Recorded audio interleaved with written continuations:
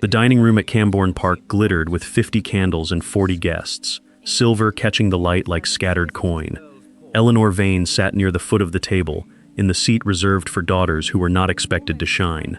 Her mother, Lady Vane, presided 3 chairs from the head, laughing at something the hostess had said, her diamonds catching every flame in the room. Eleanor had learned, over 21 years, exactly how much space a woman was permitted to take up when she was not the pretty one. Tonight, she had taken up less than usual. The Duke of Rothmere sat near the foot as well, seated there by a hostess who did not know what to do with a guest who refused to be paraded.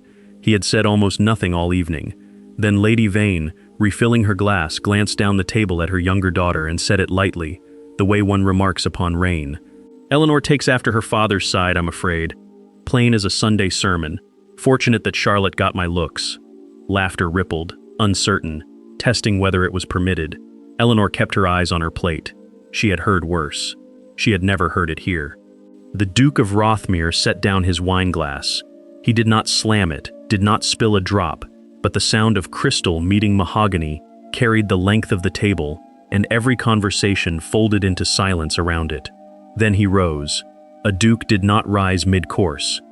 A duke did not rise at all unless the king himself required it, and even the footmen seemed to hold their breath, unsure whether to move toward him or away. Lady Vane's smile remained fixed on her face a half-second too long, the way a mask does when the actor beneath has already fled. He walked the length of the table, past the bishop's wife, past Lord Camborne's startled monocle, past Charlotte Vane, whose lovely mouth had fallen slightly open. He did not stop until he stood behind Eleanor's chair, and the whole room turned to watch a man who owned 4 counties look down at the daughter nobody had thought worth seating properly. "Miss Vane," he said, pitched to carry to the room's farthest corner, "forgive my lateness. I have been sitting the length of this table working up the courage to tell your mother she is wrong, and I find I can wait no longer." Every candle in the dining room seemed to lean toward them, or so it felt to Eleanor, who had gone very still in her chair. The Duke of Rothmere did not touch her, did not take her hand, only stood behind her with the quiet authority of a man accustomed to rooms rearranging themselves around him. Lady Vane's laugh, which had not quite finished when the wineglass met the table, hung unfinished in the air like a thread cut mid-stitch. "Your Grace," she managed, recovering with the speed of a woman who had spent 30 years recovering from worse. "You flatter my daughter. She is hardly accustomed to such attention." "No," the Duke agreed, and something in his voice made the word land like a verdict rather than a courtesy. "She is not. I find that troubles me considerably." Down the table, Charlotte Vane's fork had stopped halfway to her mouth. Lord Camborne, their host, looked from his wineglass to the Duke to Eleanor and back again, visibly recalculating the entire arrangement of the evening. Eleanor herself said nothing at all. She had spent 21 years learning that silence was safer than hope, and she did not yet trust this room enough to abandon either habit. He offered his arm, not toward the door, but toward the empty chair beside his own, 3 places up from where hers had been. It was, everyone at the table understood at once, the second best seat in the house, and he was giving it to the daughter nobody had thought to seat at all. "Miss Vane," he said, quieter now, meant only for her, though half the table strained to hear it anyway. "Will you sit with me? I find the conversation at my end of the table sorely lacking in anyone worth speaking to." Eleanor looked up at him properly for the first time that evening, and something in her chest turned over slowly, like a key finding its lock. She knew that voice. She had spent 4 months trying to forget that voice, telling herself the man who had spoken so gently to her in a rain-soaked cottage kitchen had been a stranger she would never see again, a story she would keep folded small and private, the way she kept everything that mattered. She rose, her chair scraped against the floor, loud in the new silence, and she took his arm because her legs, at least, still remembered how to obey her, even if nothing else in her did. Lady Vane's composure held exactly as long as it took Eleanor to cross the room. By the time her daughter was seated at the Duke's left hand, the older woman's knuckles had gone white around her fork, though her smile never faltered, a skill Eleanor had watched her mother perfect over 2 decades of disappointing marriages and dwindling accounts.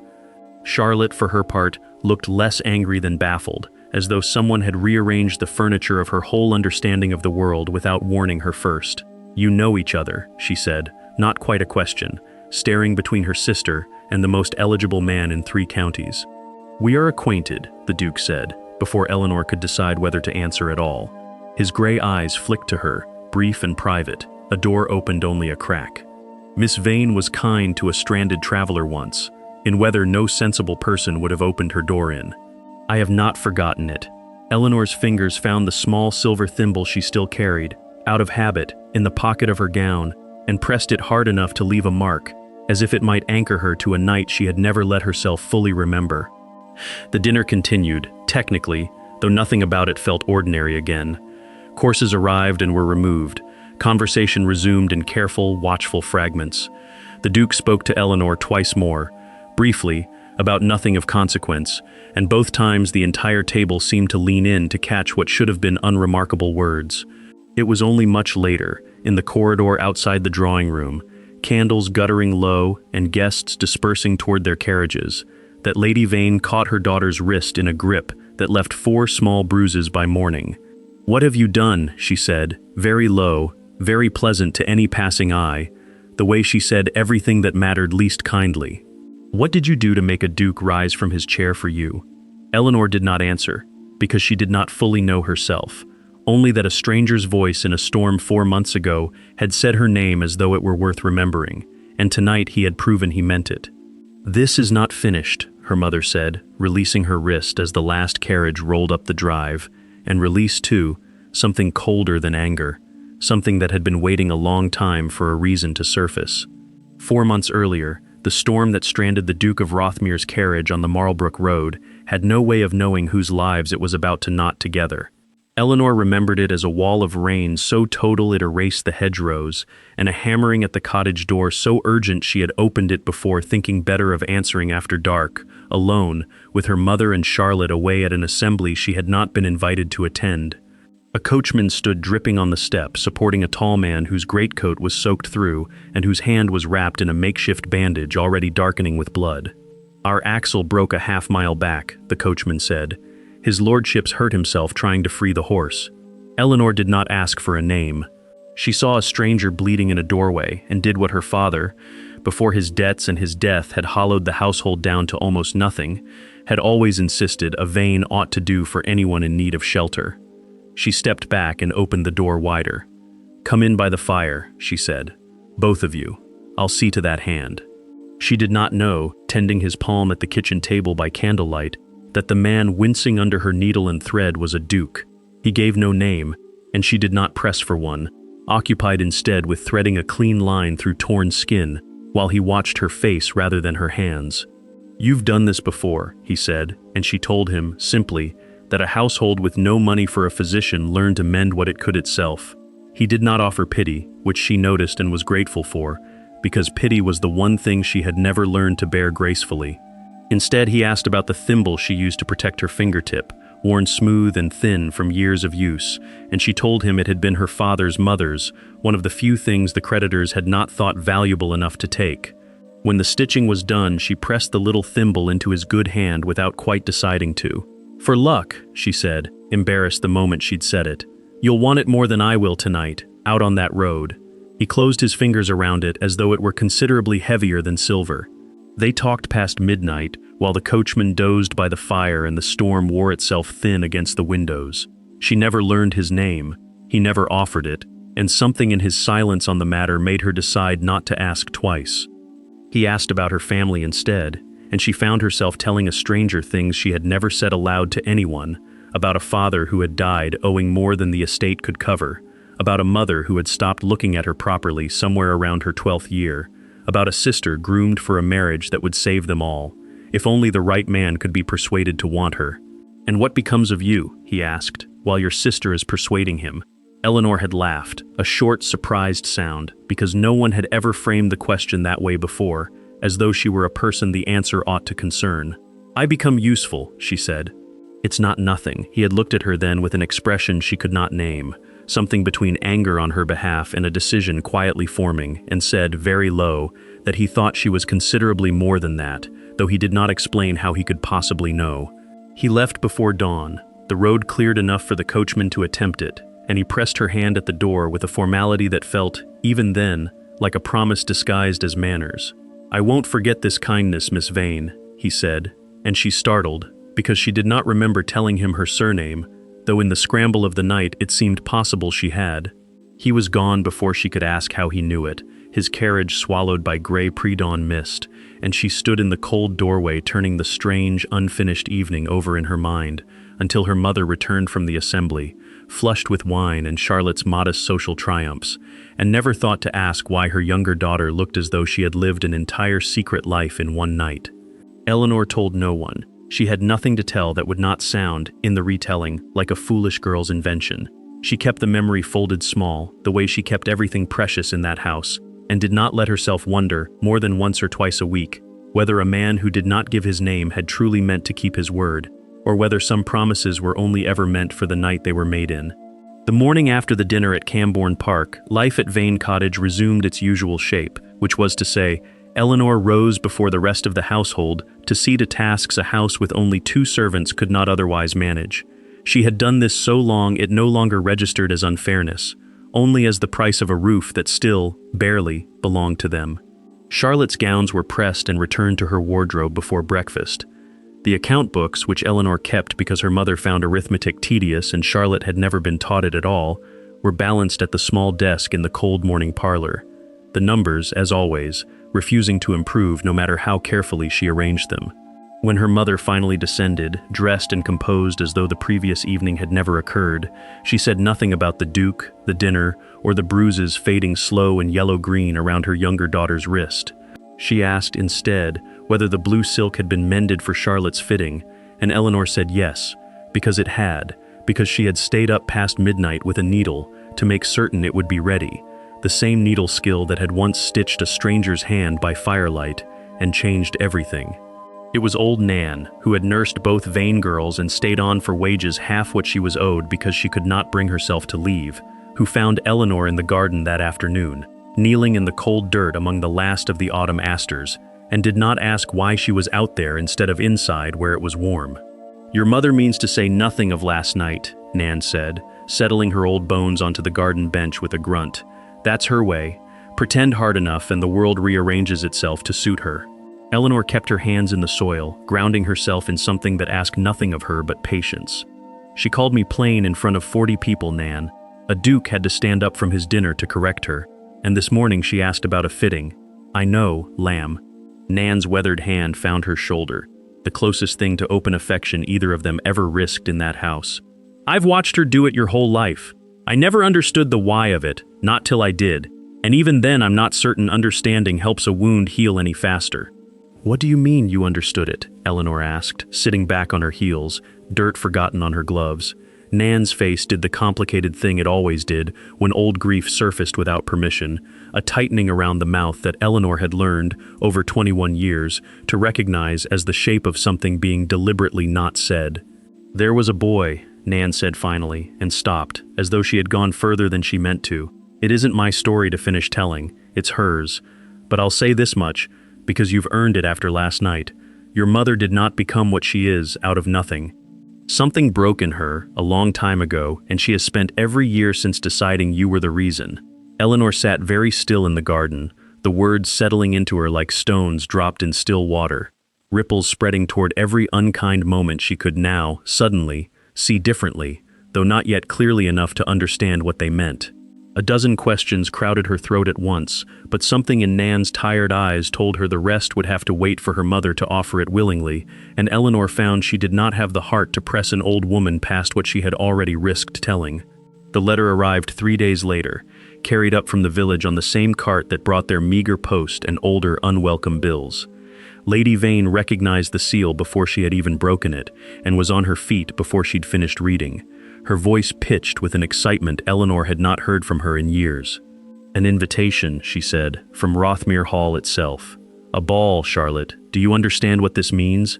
He is entertaining formally for the first time in 3 years, and we are invited."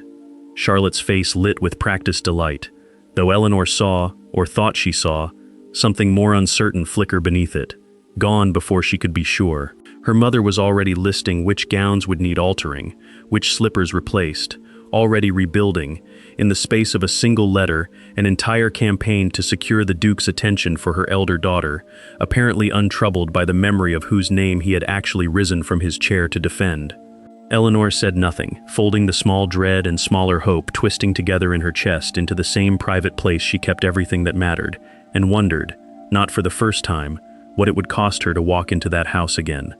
Nan told her the rest of it 2 nights before they were to leave for Rothmere Hall, in the kitchen after the household had gone to bed, over a pot of tea neither of them particularly wanted, but both needed an excuse to sit with. "Your mother carried a son after you," Nan said, without preamble, as though she had rehearsed how to begin and found there was no gentle way into it. 2 years after you were born, the birth went wrong.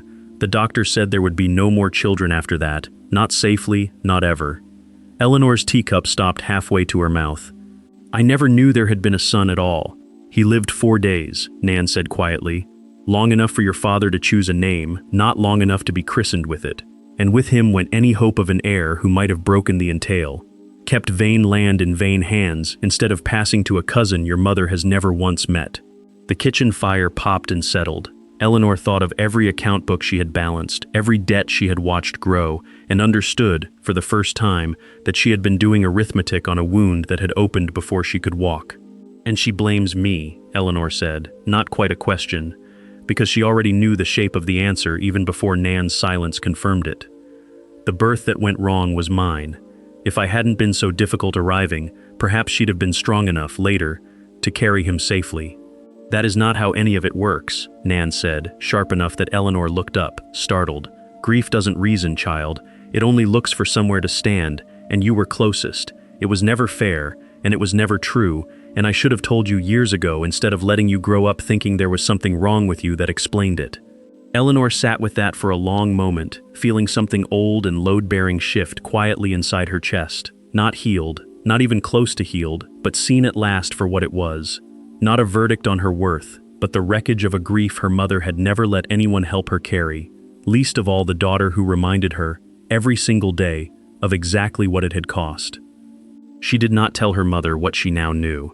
There seemed no version of that conversation that ended anywhere but worse, and Eleanor had learned enough about survival in that house to recognize a door better left closed for now. Instead, she packed for Rothmere Hall with a strange new steadiness, folding gowns that had been remade twice already into a trunk 2 sizes too large for how little they actually owned, and found herself, more than once, turning the small silver thimble over in her fingers, the twin of the one she'd given away in a storm, remembering a stranger's hands and a voice that had called her considerably more than useful. Charlotte found her at it, in their shared bedroom, and sat down uninvited on the edge of the bed. "You truly didn't know he was a duke," she said, not unkindly, for once curiosity outweighing rivalry. "Not until 3 nights ago, when he stood up from his dinner and made half the county recalculate everything they thought they knew about our family," Eleanor said. Charlotte was quiet a moment. "Mother is going to make this very difficult for you," she said finally, and it did not sound like a threat. It sounded unmistakably like a warning meant kindly. The carriage ride to Rothmere Hall took the better part of a day, winding through countryside that grew steadily grander with every mile, hedgerows giving way to parkland, parkland giving way to a drive so long Eleanor lost count of the trees lining it before the house itself finally came into view. Gray stone and 100 lit windows against the early dusk, larger than any building she had stood inside in her whole life. Lady Vane's excitement had not dimmed in 3 days of travel. If anything, it had sharpened into something focused and strategic, murmured instructions to Charlotte about which rooms to be seen in, which gentlemen to avoid, how long to hold a conversation before moving gracefully on to the next.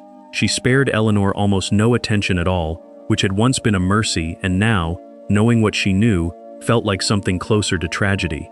Eleanor pressed her palm flat against the cold glass of the carriage window and watched Rothmere Hall grow larger, wondering whether the man who lived inside it would even recognize the version of her that was about to walk through his doors, dressed, for once, in something that almost fit the life she'd secretly imagined since a rain-soaked night 4 months gone.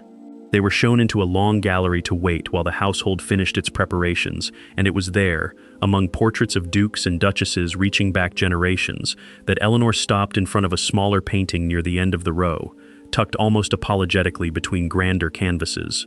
A boy of perhaps 10, dark-haired, gray-eyed, standing stiffly beside a woman whose face bore the unmistakable bones of the man who had bled onto her kitchen table 4 months ago. Beneath it, a small brass plate read, "Julian, Duke of Rothmere, age 10, with his mother, the late Duchess." Eleanor's breath caught. Julian. She had a name now, 4 months late, and it settled into her chest with an unexpected weight, as though naming a thing made it more dangerously real.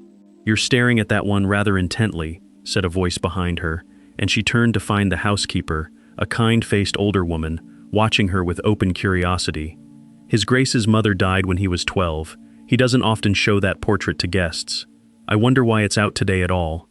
She did not have long to wonder, because the Duke himself found her there minutes later, having apparently abandoned whatever duties a host owed his other arriving guests to seek her out first. "Julian," she said, testing the name before she had decided whether she was permitted to use it, and something in his stern face eased at the sound of it, a door opening wider than it had at the dinner table. "I never gave it to you that night," he said. "I told myself it was caution. I've since decided it was cowardice. I did not want to be a duke to you, even for one evening. I wanted, for once in my life, to simply be a man a stranger chose to help, because it was the decent thing to do, not because of what helping him might gain her." Eleanor reached into the small reticule at her wrist and drew out the twin thimble, the one that had stayed behind when its match went out into the storm with him. "I kept its sister," she said. "I told myself it was sentiment. I've since decided it was hope." His hand closed briefly, warmly over hers. They spoke only a few minutes more before propriety and the arriving crush of other guests pulled him away to his duties as host. But it was enough, Eleanor thought, watching him go, to have said the true thing out loud at last instead of keeping it folded small and private the way she kept everything that mattered. She was still standing near the portrait, turning the reunited thimbles over in her palm, when her mother's hand closed around her elbow, not gently. "What was that?" Lady Vane said, low and urgent, her eyes tracking the Duke's retreating back down the gallery. "The two of you, whispering like conspirators. Eleanor, tell me plainly. Is there something between you and His Grace that I ought to have been informed of before we traveled 60 miles on Charlotte's behalf?" Eleanor considered for one dangerous moment telling her mother everything. The storm, the stitched hand, the thimble, the name learned only tonight. Instead, she said only, "We are acquainted, Mother, as he told you himself, at dinner," and watched her mother's face perform the difficult work of recalculating an entire strategy in real time. Lady Vane said nothing further that evening, which Eleanor had learned, over 21 years, was considerably more dangerous than if she had said a great deal. Her mother moved through the ball that followed with the same brittle composure she had worn at Cambourne Park, laughing at the correct moments, steering Charlotte toward eligible partners with practiced skill, and watching Eleanor across every room with an attention she had rarely paid her before, calculating and cold, the look of a general studying an unexpected obstacle on a map she had thought entirely her own. When the Duke claimed Eleanor for a dance near midnight, his hand warm and certain at her waist, his gray eyes not once straying to anyone else in the crowded room, Eleanor caught her mother's expression over his shoulder and felt something in her chest go very still and very cold, because she recognized that look. It was the look her mother wore in the mornings after deciding, quietly and without announcement, exactly what she intended to do about a problem. Whatever her mother was about to do, Eleanor understood, watching that calculation harden into resolve. It would not be gentle, and it would not wait long to begin. He found her again on the terrace, some while later, having apparently decided a duke's duties to his other guests could survive a short interruption. The night was cold and clear, stars sharp over the dark parkland, and he stood beside her at the stone balustrade without speaking for a long moment, close enough that she could feel the warmth radiating from his sleeve. "You'll think me strange," he said finally, "but I have not danced with anyone at a ball I hosted in 3 years. I told myself it was grief at first. My mother died young. My father followed within 2 years, and I inherited all of this." He gestured at the lit windows behind them, the gardens, the sweep of parkland beyond, before I was old enough to understand what it would cost me. "What did it cost you?" Eleanor asked, and he looked at her as though the question itself were a rare gift, asked plainly, without performance. "Everyone who has looked at me since has seen a duke first and a man somewhere far behind him, if at all," he said. "I stopped trusting my own judgment about who might be looking at the man instead." "There was someone," he continued, when she said nothing, only waited, The way she had learned waited better than pressing. Before, a young woman my guardian favored, well-connected, charming by every account. I nearly offered for her. I discovered, 3 weeks before I meant to propose, that she had told her closest friend she found me tedious and cold, and that she meant to endure the marriage for the title and little else. She did not know I'd overheard it. Eleanor's chest ached on his behalf, an old wound wearing a different shape than her own but cut from the same fundamental cruelty, being wanted for anything but the actual self underneath. "I am sorry," she said, and meant it entirely. "Don't be," he said. "It taught me something useful in the end." I stopped believing warmth directed at me, unless I'd seen it offered first to someone who had nothing at all to gain by it. He turned to face her fully then, gray eyes steady in the dark. "I watched you tend a stranger's hand by firelight when you thought there was nothing in it for you but a ruined night's sleep. I have not forgotten it since, Miss Vane. I do not intend to." Whatever peace Eleanor carried back from the terrace lasted only as long as the carriage ride home, where her mother sat rigid and silent across from her, saying nothing until they had crossed their own threshold, and Charlotte, sensing the coming storm, had wisely retreated upstairs. "You will not see him again," Lady Vane said then, without preamble, without the pretense of gentleness she usually bothered to maintain in private. "I have watched you all evening, Eleanor, throwing away every advantage this family has left on a man who was never meant to be yours to throw it at. He sought me out, Mother, both times, and he will tire of the novelty, as men of his rank always do, and where will that leave Charlotte, whose entire future depends on his good opinion of this family? If you have already made yourself an embarrassment he must be extricated from." Eleanor stood very still, feeling the familiar old shape of being made smaller reassert itself, except something had changed since the storm, since the thimble, since a name learned in a portrait gallery, and she found, to her own quiet surprise, that she no longer fit inside the smaller shape quite as easily as she once had. "I have written to your Aunt Prudence in Bath," Lady Vane said, and Eleanor felt the floor tilt beneath her, because Aunt Prudence was a name spoken rarely and never warmly, a distant relation known chiefly for taking in inconvenient female relatives and putting them to work as unpaid companions, until they either married beneath them or grew old in her service. "You will go within the week. It will look, to anyone who asks, like a visit of family duty, nothing more. And by the time you return, if you return, Charlotte's situation with the Duke will be settled one way or another, and there will be nothing left for you to interfere with." "You cannot simply send me away," Eleanor said, her voice steadier than she felt. "I am 1 in 20, Mother, not a child to be posted off like a parcel." Lady Vane's expression did not change, cold and final as a closing door. "I am still your mother, and this is still my house, and you will do, Eleanor, precisely as I tell you, because I have spent your entire life making certain you never had the means to do otherwise." The week that followed felt, to Eleanor, like watching a sentence being carried out in slow motion. No letter came from Rothmere Hall in the days that followed, which Eleanor told herself meant nothing, though she counted the hours regardless, unable to help it. She did not yet know that her mother had intercepted the single note the Duke had sent, a brief, warm line asking after her safe return home and hoping to call within the fortnight, and had burned it in the morning room grate before Eleanor woke. She did not know either that Lady Vane had written back in a hand practiced enough to pass, briefly, for her daughter's own, a cold, distant reply discouraging any further correspondence, citing a sudden family obligation that required Eleanor's full attention elsewhere. By the time Eleanor learned any of this, weeks would have passed, and the damage would already have hardened into something considerably harder to undo. For now, she only knew that 4 days had gone by since the ball, and no word had come, and doubt, patient and corrosive, had begun doing the work her mother's schemes had not yet finished.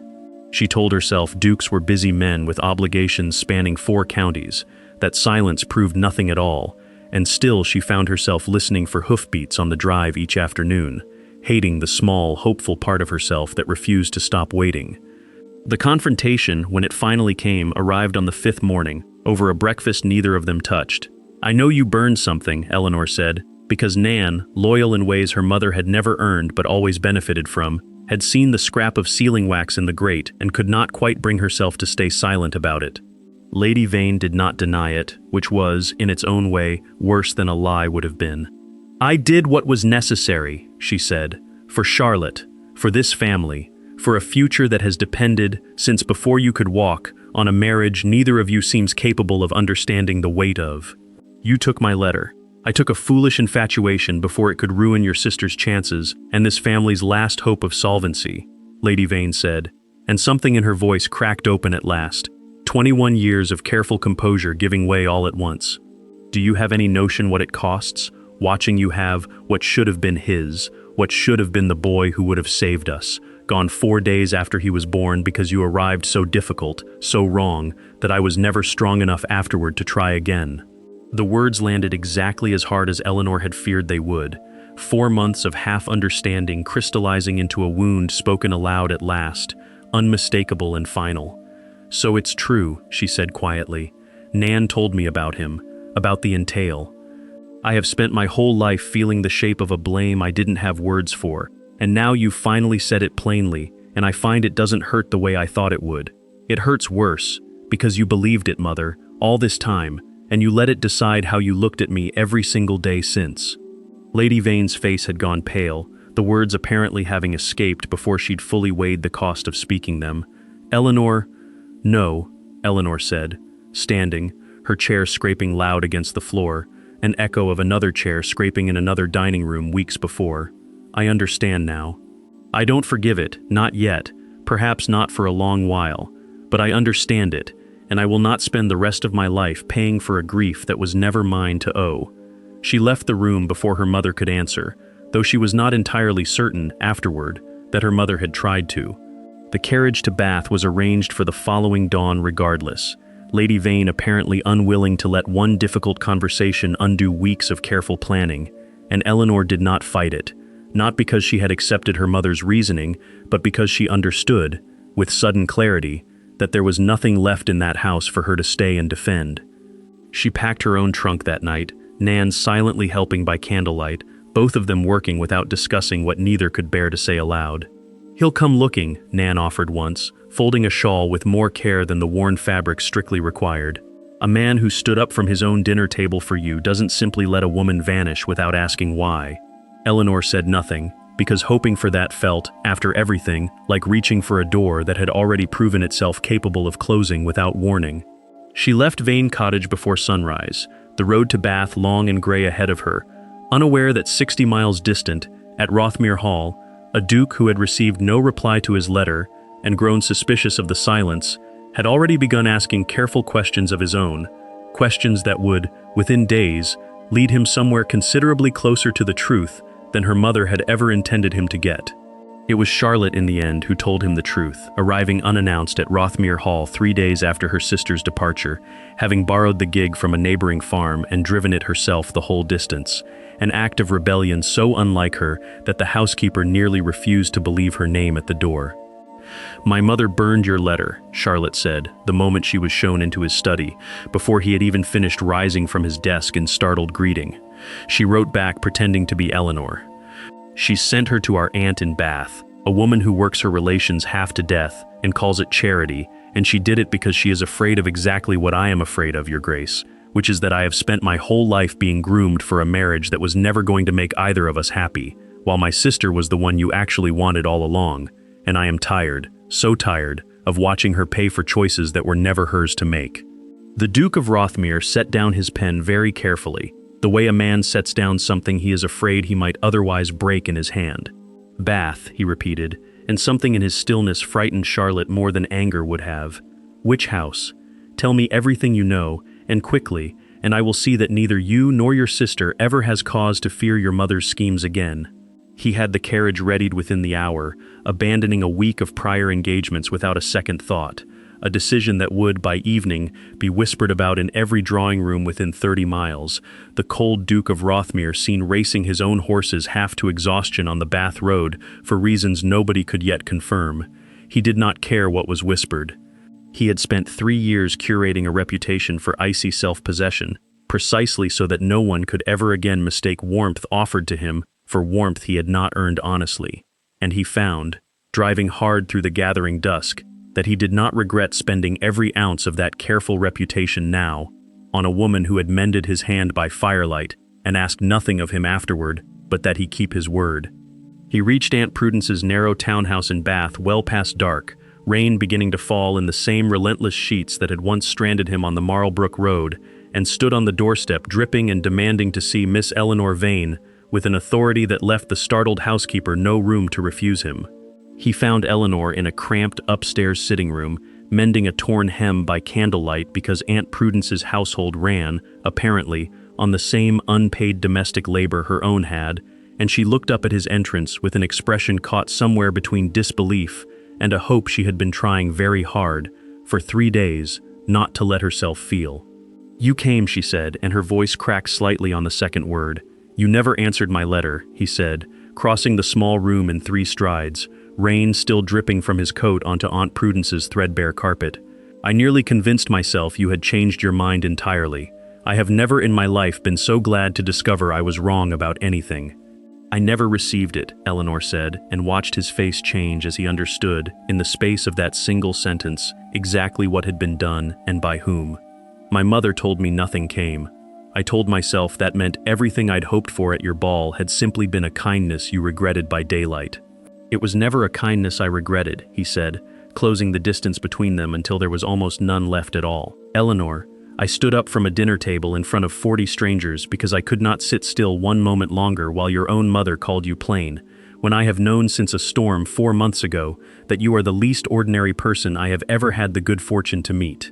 Outside, the rain continued, hard against Aunt Prudence's narrow windows, and somewhere 60 miles distant, Lady Vane had not yet learned that her careful arrangements had already come entirely undone, that the daughter she had spent a lifetime failing to see clearly was, at this very moment, being seen, fully and without reservation, by a man who had crossed a county in a storm to prove it. He did not propose that night, in Aunt Prudence's cramped sitting room with rain lashing the windows and the older woman hovering scandalized in the doorway, though it was, Eleanor would later admit, a near thing. Instead, he asked her to come home, not to Vane Cottage, but to Rothmere Hall, as his guest, under his protection, for as long as it took to untangle what her mother had set in motion. "I will not ask you to decide anything else tonight," he said. "You have had 3 days believing yourself abandoned by everyone who claimed to care for you. I would rather you took your time deciding whether to trust the one person left who hasn't given you reason to doubt him." Eleanor looked at Aunt Prudence, who had already begun composing an excuse for why her niece must leave so suddenly, and understood that whatever happened next, there was no version of her life that led back into a household built on being useful instead of seen. "Yes," she said. "I'll come."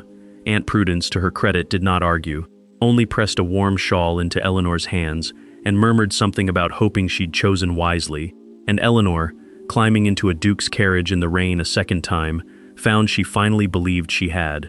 The journey back to Rothmere Hall took 2 days, the rain finally clearing on the second, and somewhere on that road, in the quiet, rocking dark of the carriage, Eleanor found herself telling him the rest of it, the part even Nan's revelation hadn't fully prepared her to say aloud. The stillborn brother, the entail, the 21 years of being blamed, without words, for a grief that had never been hers to carry. He listened without interrupting, his jaw tight, his hand finding hers partway through and not letting go again. "That does not excuse what she did to you," he said when she'd finished. "Grief is not a debt a child owes for existing. I understand wounds that reshape a person, Eleanor. I do not understand ones a person chooses to keep inflicting on someone else for 2 decades rather than healing."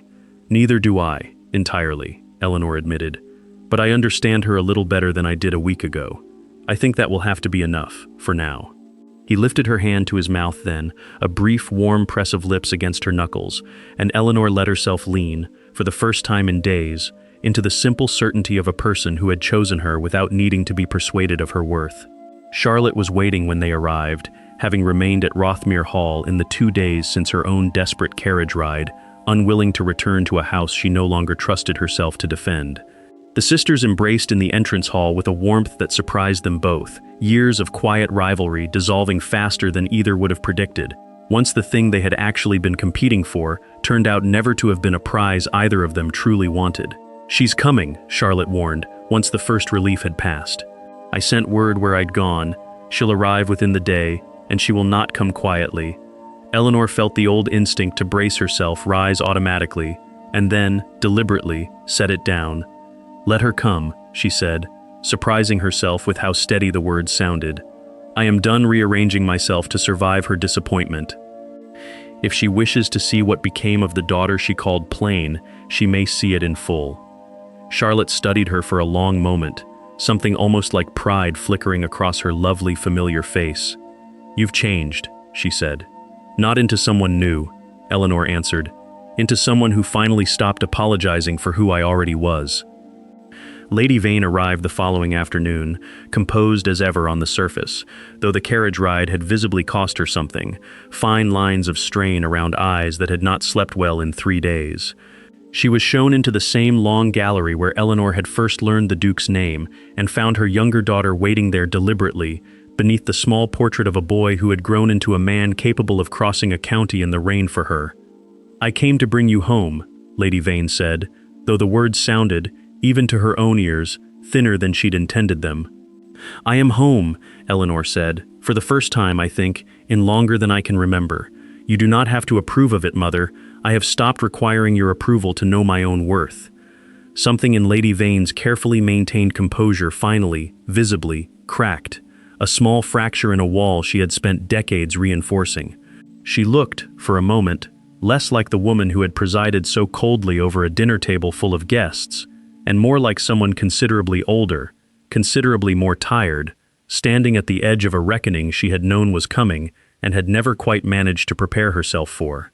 The Duke entered then, quiet and deliberate, and addressed Lady Vane with a courtesy that somehow carried more weight than open anger would have. Madam, I intend to marry your daughter, with or without your blessing, though I would prefer, for her sake, to have it. I am also prepared to settle the debt on Vane Cottage and see the entail question resolved fairly, regardless of your answer, because I will not have Eleanor's future generosity toward her own family used as leverage against her ever again. Lady Vane's eyes filled, unexpectedly, with something that looked, for the first time in years, like genuine grief rather than performed distress. I never meant, she started, and stopped, because even she seemed to recognize, at last, that the sentence had no honest ending. I know, Eleanor said quietly, not quite forgiveness, not yet, but a door left deliberately unlocked rather than sealed shut. I know you never meant to become this. I hope, someday, we find our way to something easier between us. For now, I only need you to see me, Mother. Truly see me. That is all I have ever wanted. The wedding took place at Rothmere Hall in early spring, in the same long gallery where Eleanor had first learned her husband's Christian name, beneath a portrait of the boy he had been, the room filled with far more warmth than the grand cathedral in town could have offered, precisely because it belonged to them, rather than to society's expectations of how a duke ought to marry. Charlotte stood beside her sister as witness, radiant in a way that had nothing to do with practiced charm and everything to do with genuine happiness, freed at last from a role she had never chosen for herself either. Nan sat in the front row, weeping openly and without apology, having earned, Eleanor thought, every single tear. Lady Vane sat several rows back, present but subdued, invited not out of full reconciliation, but out of Eleanor's quiet insistence that some doors deserved to stay open even when trust had not yet been fully rebuilt behind them.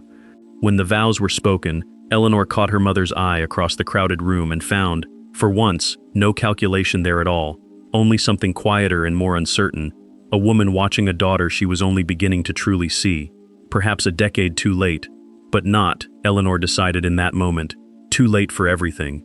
Julian slipped something small into her palm just before the ceremony began, and Eleanor looked down to find the original silver thimble, the one she had pressed into a stranger's hand in a storm, returned to her now polished and threaded onto a fine chain. I had it made into something you could keep close always, he said, so you would never again have cause to wonder whether a promise made in the dark survives into daylight. She fastened it at her throat with hands that trembled only slightly, and felt, for the first time in her life, entirely and unmistakably seen, not for what she could be useful for, not for what she could secure for someone else's future, but simply, completely, for herself. You kept the sister of it all this time, she said, her voice unsteady. You never even knew my name. I knew everything that mattered, Julian said, gray eyes steady and warm in the candlelight. The name only ever caught up to what I already understood about you.